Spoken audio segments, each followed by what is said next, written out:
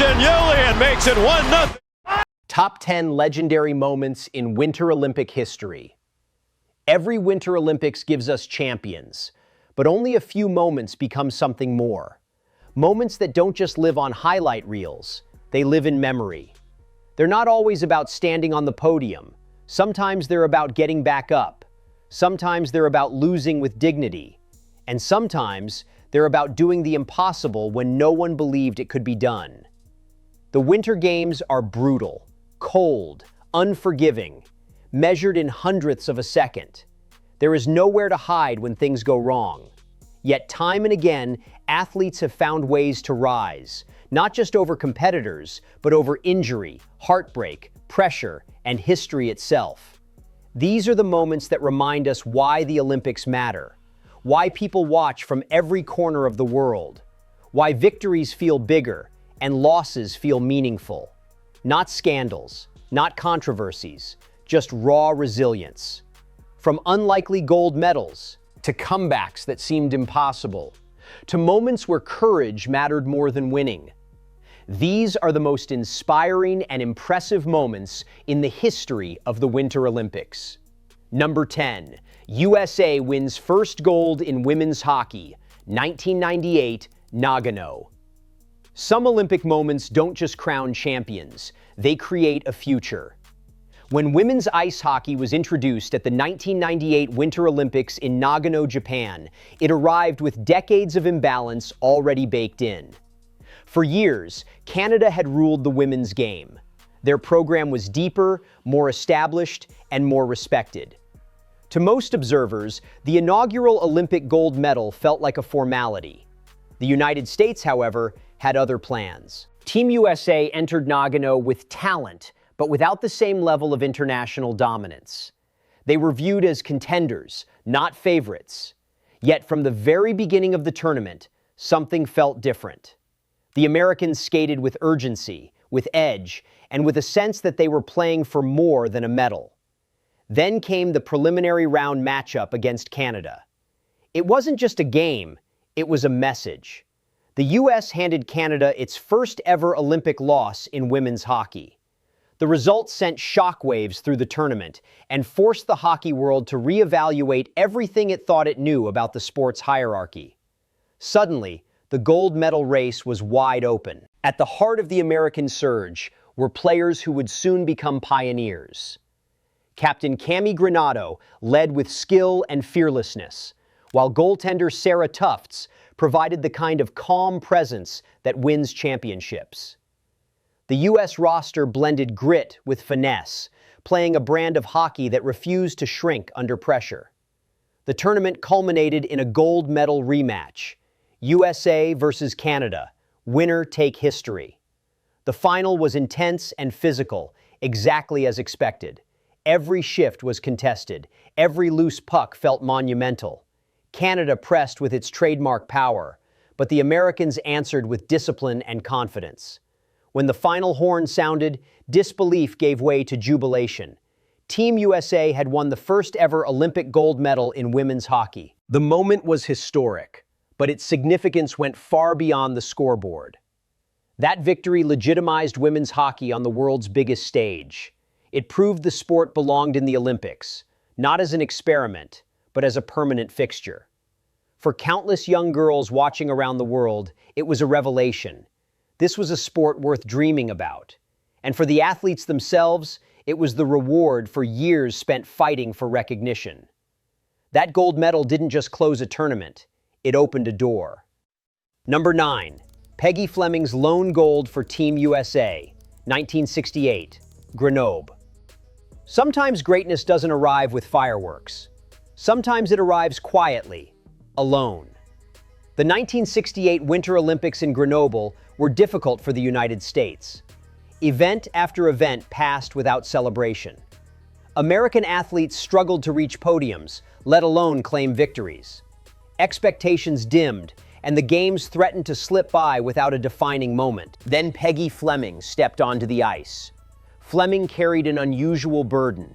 She wasn't just competing for herself. She was skating under the weight of an entire delegation desperate for a breakthrough.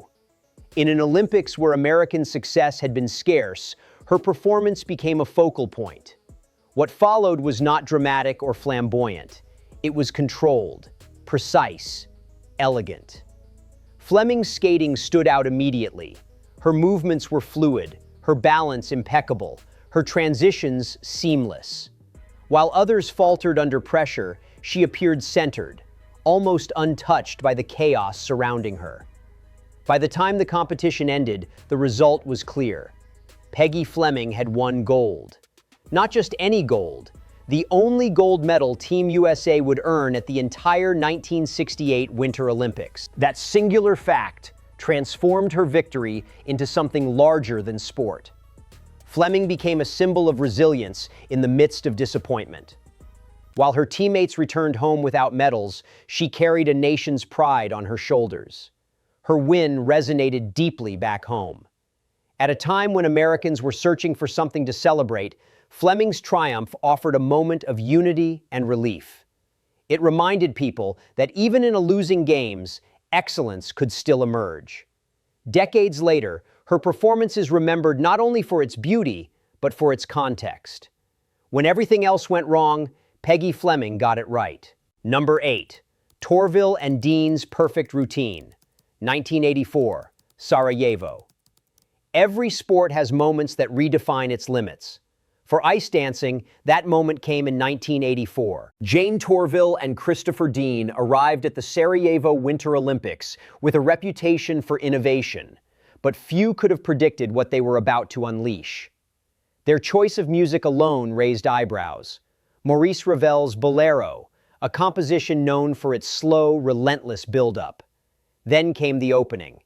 Instead of launching into movement, Torvill and Dean knelt motionless on the ice. Seconds passed. The music swelled. The crowd leaned forward, uncertain of what they were witnessing. When they finally moved, the effect was hypnotic. Their routine unfolded like a single, continuous breath, measured, controlled, and emotionally charged. It defied the traditional rhythms of ice dancing, favoring narrative and tension over rapid-fire technical elements. Every glide, every lift, every pause felt intentional. This was not just skating, it was storytelling. The judges understood immediately. When the scores appeared, the arena erupted. Torvill and Dean received a wave of perfect scores for artistic impression, an unprecedented achievement at the Olympic Games. The routine didn't just win gold, it changed expectations. Ice dancing was no longer confined to rigid formulas. Torvill and Dean proved that artistry could stand shoulder to shoulder with athleticism. Their performance pushed the sport beyond checklists and into something closer to theater on ice. Decades later, the routine is still studied, replayed, and revered. Few performances in Olympic history, winter or summer, have left such a lasting imprint. It wasn't just perfect execution, it was perfect vision. Number 7. Eric Heiden's Unprecedented Sweep, 1980, Lake Placid. The Olympics reward specialization. Eric Heiden ignored that rule entirely. When the 1980 Winter Games opened in Lake Placid, speed skating fans believed Heiden would medal. Some thought he might even win multiple races. But no one, not coaches, not analysts, not rivals, truly expected what followed. Heiden entered 5 events spanning vastly different distances. In speed skating, this is almost unthinkable. Sprint races demand explosive power and razor-sharp reaction times. Long-distance races demand endurance, pacing, and patience. Athletes typically train for one or the other, rarely both. Heiden trained for everything. One by one, the races unfolded. One by one, Heiden crossed the finish line first. 500 meters, gold. 1,000 meters, gold. 1,500 meters, gold. 5,000 meters, gold. 10,000 meters, gold. 5 races, 5 gold medals. Even more astonishing, Heiden didn't just win. He set Olympic records in every single event. Each performance erased history and replaced it with something new. In classrooms across the United States, announcements interrupted lessons as teachers shared the news. Heiden had done it again. In a games already overflowing with emotion and national pride, his dominance stood apart. It wasn't an upset. It wasn't a miracle. It was mastery. Heiden's sweep remains unmatched in Winter Olympic history. No athlete before or since has combined such range, strength, and consistency across speed skating's entire spectrum. His performance didn't just stretch the limits of the sport, it shattered them. Number 6. Yuzuru Hanyu defends Olympic gold. 2018, Pyeongchang. Great champions win once. The rare ones win again, when everything is working against them. Yuzuru Hanyu arrived at the 2018 Winter Olympics carrying the weight of expectation. He wasn't just the defending Olympic champion in men's figure skating, he was the sport's global icon. Fans packed arenas just to watch him warm up. Then came the injury. A serious ankle injury sidelined Hanyu for months leading into the Games. He missed competitions. He lost training time. Questions multiplied. Would he compete? Could he recover? Would he risk his career trying? Hanyu answered those questions on the ice. When he skated in Pyeongchang, there was no sign of hesitation. His programs combined extreme technical difficulty with flawless execution. Quad jumps landed cleanly. Transitions flowed effortlessly. Every movement radiated control. It wasn't reckless bravery, it was calculated resilience. By the end of the competition, Hanyu stood alone again, Olympic champion for the second straight Games. In doing so, he became the first men's singles skater in more than 60 years to defend an Olympic title. The achievement resonated far beyond the medals. It was a statement about discipline, preparation, and mental strength. Hanyu didn't rush back. He rebuilt himself. And when the moment came, he delivered. The crowd's response said everything. His performances didn't just earn applause, they inspired reverence. Hanyu left Pyeongchang not just as a champion, but as a symbol of what complete mastery looks like when talent meets perseverance. Number 5. Canada's golden goal, 2010, Vancouver. Some Olympic moments belong to athletes, others belong to entire nations. The men's hockey tournament at the 2010 Winter Olympics was more than a competition for Canada. Hosting the Games only intensified the pressure. Early missteps in the tournament fueled anxiety. Expectations loomed. The margin for error vanished. Players leapt over the boards. Helmets flew. The roar was deafening. Across Canada, streets filled with cheering fans. Car horns blared. Strangers hugged. Time seemed to stop. The goal instantly became known as the golden goal. The moment became mythic, replayed endlessly, quoted instantly, remembered forever. Crosby's goal transcended hockey. It united a nation and defined an Olympic Games. Number 4, Dan Jansen's long-awaited redemption, 1994, Lillehammer. Some Olympic stories aren't defined by a single race. They are defined by years of heartbreak. For Dan Jansen, the Winter Olympics had never been kind. In fact, they had been cruel in the most personal way imaginable. Every 4 years, he arrived with expectations. Every 4 years, he left with disappointment. His Olympic journey began in 1984, when tragedy struck before he even reached the starting line. On the morning of his first Olympic race, Jansen learned that his sister Jane had died of leukemia. He raced anyway. He fell. The world watched in silence. 4 years later, at the 1988 Winter Olympics, Jansen returned as one of the favorites in speed skating. He was faster, stronger, more experienced. He fell again. By the time the 1994 Winter Olympics in Lillehammer arrived, Jansen was no longer just an athlete chasing a medal. He was a man carrying the weight of unfinished business, haunted by the idea that the Olympics might never give him the moment he had spent his life training for. Commentators reminded viewers constantly, 6 Olympic races, 0 medals. When Jansen failed to medal in his early events in Lillehammer, The familiar narrative threatened to repeat itself. The window was closing. Age was catching up. Time was running out. Everything came down to the 1,000-meter race. This wasn't Jansen's best distance. It wasn't where expectations were highest. But sometimes, the final chance is the one that matters most. As he lined up, there was no bravado, no visible confidence, just focus. The race unfolded perfectly. Jansen skated with urgency, but not recklessness. His stride was powerful, his pacing precise. Every turn was clean, every push deliberate. As he crossed the finish line, he collapsed into exhaustion, unsure of what the clock would say. Then, the time appeared. A world record. Dan Jansen had done it.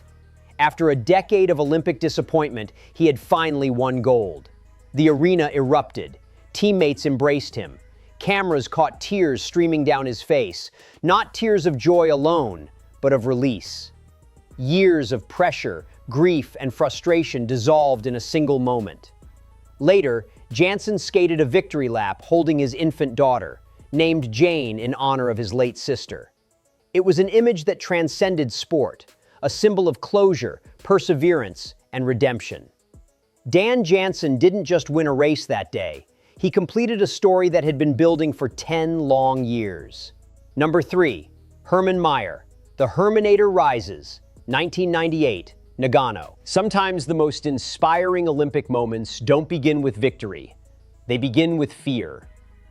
At the 1998 Winter Olympics in Nagano, Austrian alpine skier Hermann Maier was already known for his aggressive, fearless style.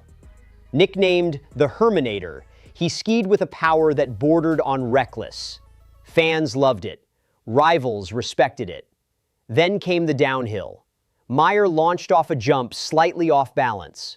What followed was one of the most horrifying crashes ever broadcast at the Winter Olympics.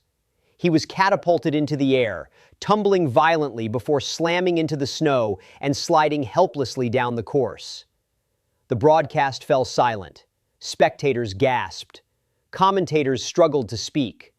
Many feared the worst: broken bones, spinal injuries, the end of a career.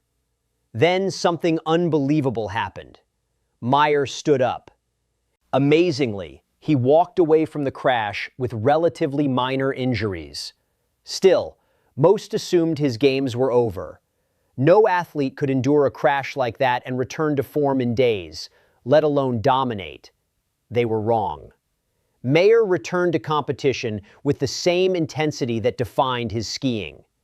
When the Super G event began, he attacked the course with fury and precision. He won gold. Then came the giant slalom. Again, Maier was unstoppable. He carved through the gates with power and confidence, winning a second gold medal. From near catastrophe to double Olympic champion in a matter of days. The transformation was staggering. The images of Maier crashing and then standing atop the podium became inseparable. His comeback wasn't just athletic, it was psychological. It demonstrated a level of toughness that seemed almost unreal. The Hermanator didn't just survive one of the worst crashes in Olympic history. He conquered the Games. His performance became one of the most dramatic reversals the Winter Olympics had ever seen. A reminder that resilience sometimes means standing up when everyone expects you to stay down. These two stories share a common thread. Neither is about instant success. Dan Jansen teaches us that perseverance doesn't always pay off quickly, but when it does, it can be overwhelming in its meaning. Hermann Maier shows us that even when disaster strikes in front of the entire world, the story isn't over until you decide it is. This is the heart of the Winter Olympics. Not just speed, not just skill, but survival.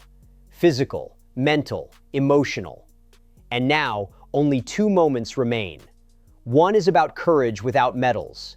The other is about belief against impossible odds.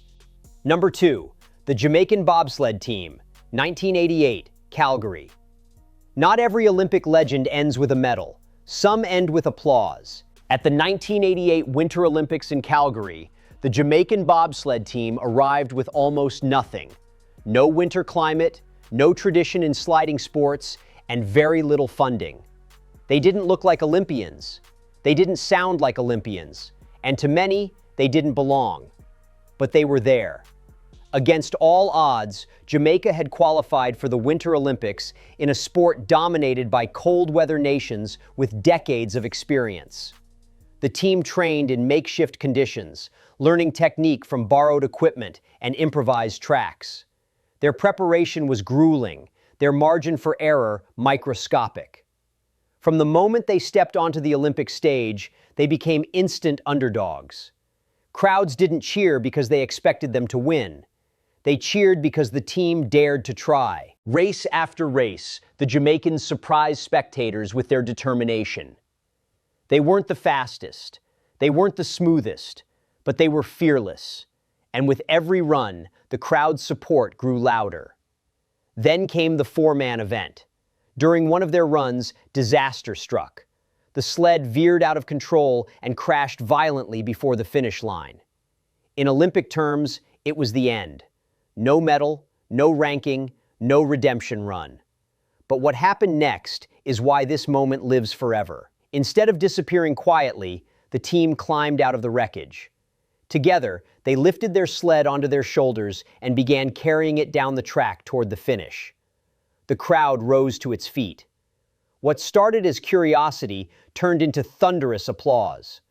Thousands of spectators cheered not for victory, but for courage, for dignity, for the refusal to quit. In that moment, the Jamaican bobsled team redefined what success looked like at the Olympics. They reminded the world that the Games are not only about standing on a podium, they are about standing back up. They didn't win a medal. They won something harder to earn: respect. Number 1, the miracle on ice, 1980, Lake Placid. Some sporting moments are remembered for how they ended. This one is remembered for what it represented. They were young, inexperienced, mostly college players. They had no professional pedigree. Their opponent, the Soviet Union, was everything they were not. The Soviets were officially amateurs, but in reality, they trained year-round like professionals. They dominated international hockey. They had humiliated the Americans just days earlier in an exhibition match. And beyond hockey, there was something else: the Cold War, economic anxiety, global. When the US and Soviet teams met on February 22, 1980, it felt like more than a game. It felt symbolic, impossibly uneven. From the opening face-off, the Soviets controlled play. Their passing was crisp, their movement relentless. The Americans scrambled to keep up. Yet somehow, they stayed close. Belief grew with every shift. Late in the third period, with the game tied, the impossible happened. The U.S. had won 4-3. Al Michaels' call echoed instantly into history. "Do you believe in miracles?" A group of college kids had beaten the most powerful hockey machine ever assembled. Days later, the Americans won gold. But the miracle had already happened. The miracle on ice became more than an upset. It became a cultural landmark, a reminder that belief can disrupt dominance. That for hope, it was a moment of collective joy. And decades later, it still resonates. From the Jamaican bobsled team carrying their sled with pride, to a group of American underdogs shocking the world, these moments reveal the true heart of the Winter Olympics. They are not about perfection. They are about persistence. They are about showing up when you're told you don't belong. The cold, the pressure, the margins, they strip everything away until only character remains. And that is why these moments endure. Because medals tarnish, records fall. But courage lasts forever. If any of these moments gave you chills, like this video. Comment below, which Winter Olympic moment inspires you the most? Subscribe for more deep dives into sports history, human resilience, and unforgettable moments. Because the Olympics aren't just about who wins, they're about who rises.